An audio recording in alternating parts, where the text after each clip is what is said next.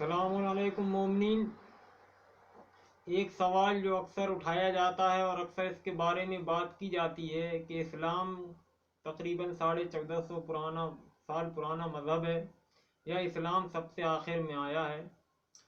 تو اس کے بارے میں ہم آپ کو بتاتے چلیں کہ جیسا کہ ہمارے ہندو بھائی کی گرنتھ میں یہ بات بالکل صاف اور صاف لکھی ہوئی ہے کہ پرکٹ ہوئے دین گوپالا۔ دیکھیے اس میں لفظ دین استعمال ہوا ہے اور پرکٹ ہوئے ہیں یعنی ظاہر ہوئے ہیں۔ تو جیسا کہ اسلام کی کتابوں میں ملتا ہے کہ دنیا میں صرف ایک انسان آیا تھا، اور وہ جو انسان آیا تھا اسے آدم کہتے تھے،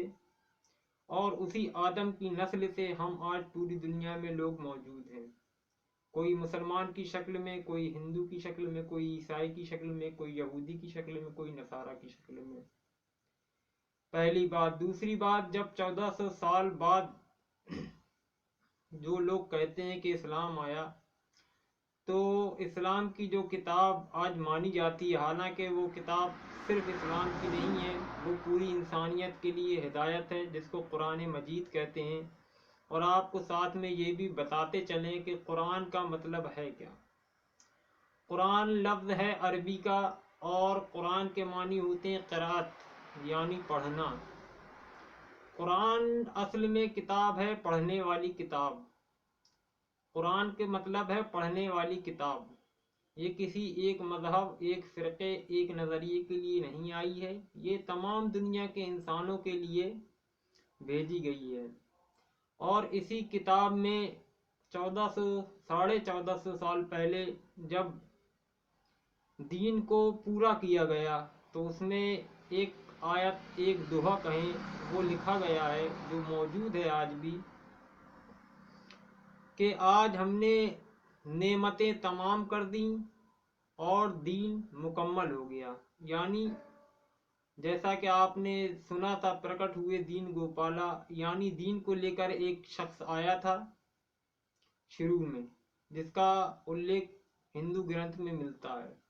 اب یہی بات قرآن مجید میں ہے کہ 1450 سال بعد وہی ایشور، وہی اللہ، وہی طاقت یہ کہہ رہا ہے کہ آج ہم نے دین کو کمپلیٹ کر دیا ہے، دین کو پورا کر دیا ہے۔ مطلب دین پہلے ہی دن سے تھا، بس یہ ہے کہ اس نے ایک سسٹم، ایک طریقہ، ایک نظام چلایا تھا، اس کے تحت اس کے طرف سے بھیجے ہوئے پیغمبر، یا ہمارے ہندو بھائی کی لینگویج میں کہیں تو بھگوان اوتار لیتے رہے، آتے رہے، کبھی پرکٹ ہوئے، گرنتھوں میں لکھا جاتا ہے، کبھی جنم لیا، کبھی کیسے بھی، جیسے کہ اکثر کتابوں میں ملتا ہے۔ تو سب سے آخری میں محمد مصطفیٰ صلی اللہ علیہ وآلہ وسلم کو بھیج کر اس اللہ، اس ایشور، اس شکتی نے دھرم کو، دین کو پورا کیا تھا، نہ کہ اسلام 1450 سال پہلے آنے والا مذہب ہے۔ تو بھائیوں، لوگوں کی بات پر غور نہ کریں، دھیان نہ دیں۔ اگر آپ صحیح میں اور دل سے چاہتے ہیں کہ آپ اس ایشور، اس اللہ کو پالیں اور سورگ تک آپ جا سکیں، اور آپ کو دنیا میں بھی سکون ہو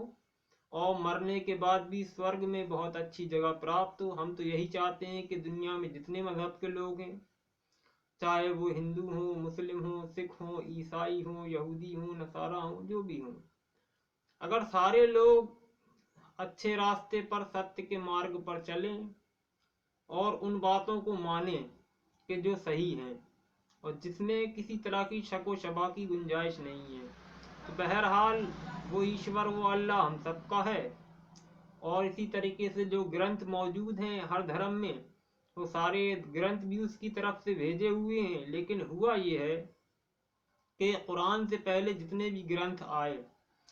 ان میں اس دور کے لوگوں نے چینجنگ کر دی، اور اس میں بہت ساری کہانیاں من گڑنت لکھ دی ہیں۔ دیکھیے، ہم کسی کی دل آزاری کرنا نہیں چاہتے ہیں، یہ ساری باتیں موجود ہیں، کوئی اپنی طرف سے نہیں کہہ رہے ہیں۔ تو ضروری ہے کہ ہم سبھی مذہب کے لوگ پہلے تو اپنے اپنے مذہب کے گرنتھ پڑھیں، اور جب اپنے مذہب کا گرنتھ پورے طریقے سے پڑھ لیں اور سمجھ لیں، پھر اس کے بعد ہم دوسرے مذہب کے گرنتھ کو بھی پڑھیں، کیونکہ ہم لوگوں نے اپنی کم عقلی اور اپنی جہالت کی وجہ سے مذہب اور اسی طریقے سے گرنتھوں کو بانٹ لیا ہے کہ قرآن مسلمانوں کا ہے، بائبل عیسائیوں کی ہے، اور گیتا پران جو ہے وہ ہندوؤں بھائیوں کا ہے۔ ایسا کچھ نہیں ہے، ہر مذہب کی کتاب میں ستیہ اور وہ حقیقت کہ جو اللہ کی جانب سے ہے بالکل صاف صاف لکھی ہوئی ہے اور موجود ہے۔ اگر آپ لوگ چاہتے ہیں کہ حقیقت میں آپ کی زندگی بھی سورگ ہو اور مرنے کے بعد بھی آپ سورگ میں جائیں تو کوشش کیجیے، کیونکہ جیسے کہ دنیا میں آپ کوئی مکان بنانا چاہتے ہیں، کوئی بلڈنگ بنانا چاہتے ہیں، یا پھر پروفیسر بننا چاہتے ہیں، یا ڈاکٹر بننا چاہتے ہیں، یا انجینئر بننا چاہتے ہیں، کوئی بھی کام آپ دنیا میں کرنا چاہتے ہیں تو اس کے لیے آپ کوشش کرتے ہیں، تبھی جا کر آپ کامیاب ہو پاتے ہیں اور تبھی آپ جا کر ایک کامیاب انسان بن پاتے ہیں۔ اسی طریقے سے مذہب کا بھی معاملہ ہے، اگر آپ چاہتے ہیں کہ مرنے کے بعد سورگ میں جائیں اور دنیا میں بھی آپ کو شانتی پراپت ہو تو کوشش کریں، دھرم گرنتھوں کو پڑھیں۔ بغیر پڑھے بغیر سمجھے آپ نہیں سمجھ پائیں گے، کیونکہ آج ہم جس دور میں جی رہے ہیں یہاں تمام مذہب کے ٹھیکیدار جو ذمہ دار بنے ہوئے ہیں ان میں سے کم ہی ایسے ہیں